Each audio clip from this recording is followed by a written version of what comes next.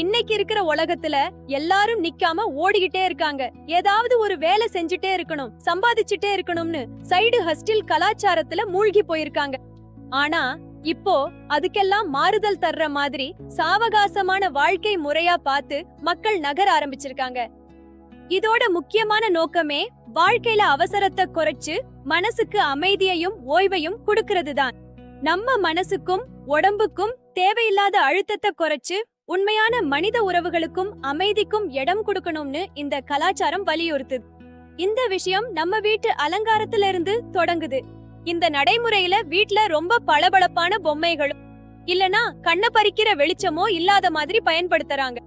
மனசுக்கு இதமான சாந்தமான நிறங்கள், வளைவான வடிவங்கள், அப்புறம் மிதமான வெளிச்சம் தர்ற விளக்குகள்னு பார்த்து பார்த்து பயன்படுத்துறாங்க.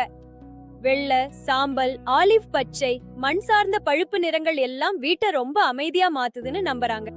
இது மட்டும் இல்லாம பொழுதுபோக்க எப்பவும் டிஜிட்டல் உலகத்திலே இருக்காம கையால பண்ற வேலைய செய்யறது, புக்கு படிக்கிறது, தைக்கிறது, தோட்டம் வைக்கிறதுன்னு பழைய பொழுதுபோக்குகளுக்கு மக்கள் திரும்புறாங்க.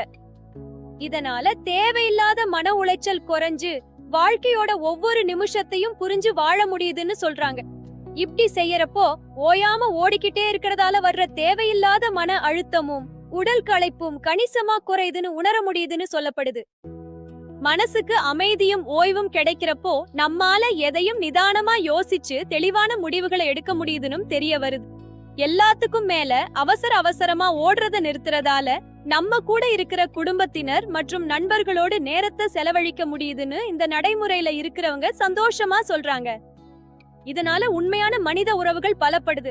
வாழ்க்கையோட ஒவ்வொரு நிமிஷத்தையும் பதட்டம் இல்லாம ரசிச்சு புரிஞ்சு வாழ இந்த சாவகாசமான கலாச்சாரம் ரொம்பவே உதவியா இருக்குதுன்னு ஆர்வமா சொல்றாங்க. என்ன நண்பா நண்பீஸ், நீங்க என்ன பண்றதா இருக்கிறீங்கன்னு கமெண்ட்ல சொல்லுங்களேன்.